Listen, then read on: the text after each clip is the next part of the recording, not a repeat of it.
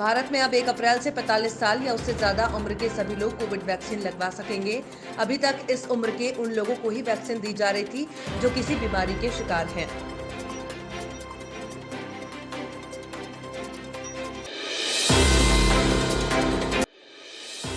देश में जानलेवा कोरोना वायरस की दूसरी लहर चल रही है। महाराष्ट्र, पंजाब और हरियाणा समेत करीब 10 राज्यों में तेजी से मामले बढ़ रहे हैं। हरियाणा में रोहतक के पीजीआई में आज 22 डॉक्टरों के कोरोना पॉजिटिव पाए जाने की सनसनी फैल गई।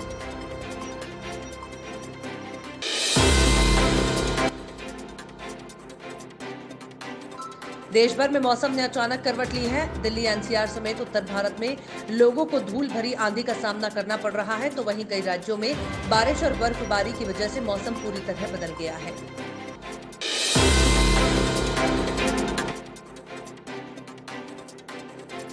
दिल्ली के सफदरगंज हॉस्पिटल में बुधवार सुबह आग लग गई। बताया जा रहा है कि आग पहली मंजिल के मेडिसिन डिपार्टमेंट में सुबह 6:35 पर लगी थी।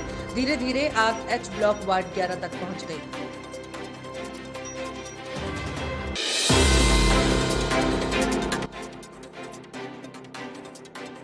दमकल अधिकारी अतुल गर्ग ने बताया कि जब आग लगी तब आईसीयू वार्ड के अंदर 60 मरीज भर्ती थे। उसके कुछ समय बाद आग पर काबू पा लिया गया। आग लगने के कारणों का पता फिलहाल नहीं चल सका है।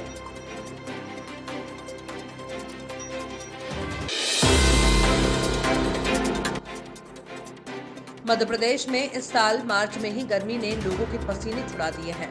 गर्मी इस कदर है कि मध्य प्रदेश के खजुराहो में अधिकतम तापमान 43 डिग्री सेल्सियस तक पहुंच गया, तो वहीं भोपाल में भी 2 साल का रिकॉर्ड टूट गया।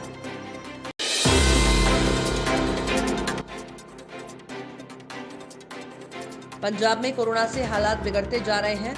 इसको देखते हुए मुख्यमंत्री कैप्टन अमरिंदर सिंह ने राज्य में पाबंदी 10 अप्रैल तक बढ़ा दी है।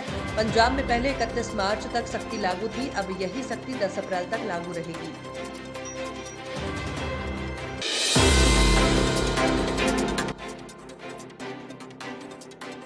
कोरोना संक्रमण अब देश में फिर भयावह रूप ले रहा है। महाराष्ट्र, पंजाब समेत कई राज्यों में संक्रमण के मामले चिंताजनक हैं। कोरोना संक्रमण की रफ्तार को देखते हुए नाइट कर्फ्यू समेत राज्य स्तर पर तमाम पाबंदियां लगाई जा रही हैं।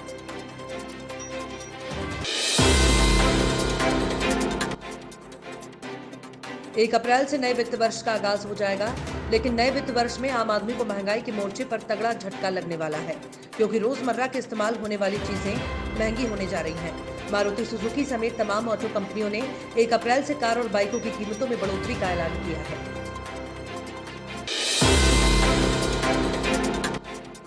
देश भर में कोरोना के बढ़ते मामलों के बीच यूपी, बिहार में भी कोरोना का ग्राफ ऊंचा होता जा रहा है। उत्तर प्रदेश में जहां पिछले 1 सप्ताह में कोरोना के सक्रिय मामले दोगुने हो गए हैं, वहीं बिहार में पिछले 2 दिन में कोरोना के मामलों में जबरदस्त बढ़ोतरी देखी गई है। शिवसेना ने एक बार फिर सामना अखबार के अपने संपादकीय में अमित शाह और शरद पवार की मुलाकात पर खबरों को अफवाह बताते हुए बीजेपी पर तंज कसा है।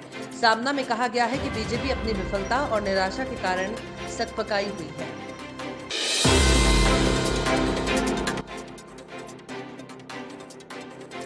पंजाब में कोरोना मरीजों की संख्या लगातार बढ़ती जा रही है। राज्य में 31 मार्च तक लागू नाइट कर्फ्यू और सभी प्रतिबंध अब 10 अप्रैल तक लागू रहेंगे। इसके बाद आगे की स्थिति को देखते हुए फैसला लिया जाएगा।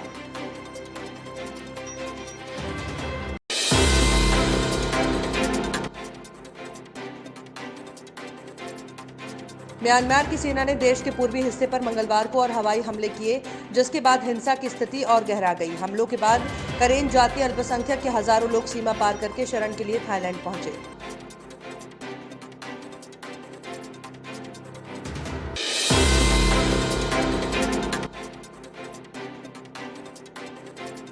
वियतनाम एयरलाइंस फ्लाइट अटेंडेंट को कोरोना संक्रमण फैलाने के मामले में कोर्ट ने 2 साल की कैद की सजा सुनाई है।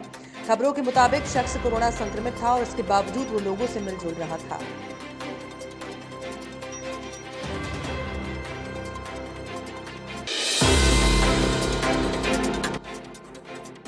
दुनिया भर में अभी तक कोरोना वायरस से संक्रमित होने वालों का आंकड़ा 12,85,55,000 के पार पहुंच गया है। वहीं चीन के वुहान से पहली बार दुनिया के सामने आए कोरोना वायरस की उत्पत्ति का अभी तक कोई पुख्ता प्रमाण नहीं मिला है।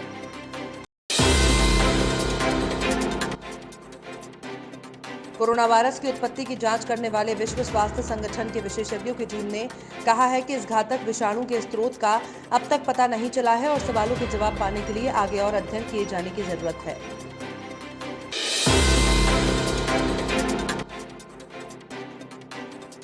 कई कंपनियों ने अब अनलिमिटेड छुट्टियां शुरू की गई हैं। काम होने पर आप चाहे जितनी छुट्टियां ले सकते हैं। अब सीएल, सीक लीव या दूसरी छुट्टियों के लिए मैनेजरों के अप्रूवल की जरूरत नहीं होगी।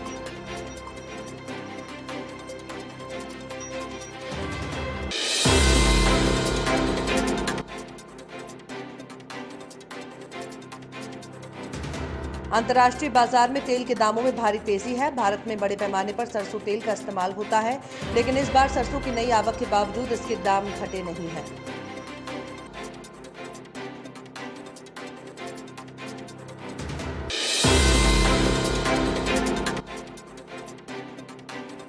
राजधानी दिल्ली के सभी रेस्टोरेंट में अब ये जानकारी देना अनिवार्य होगा कि परोसा गया मीट झटका है या हलाल। राजधानी दिल्ली के उत्तरी नगर निगम ने मंगलवार को इस बाबत प्रस्ताव पास किया। नगर निगम में आने वाले सभी रेस्टोरेंट और मीट की दुकानों पर इससे जुड़ी जानकारी देनी होगी।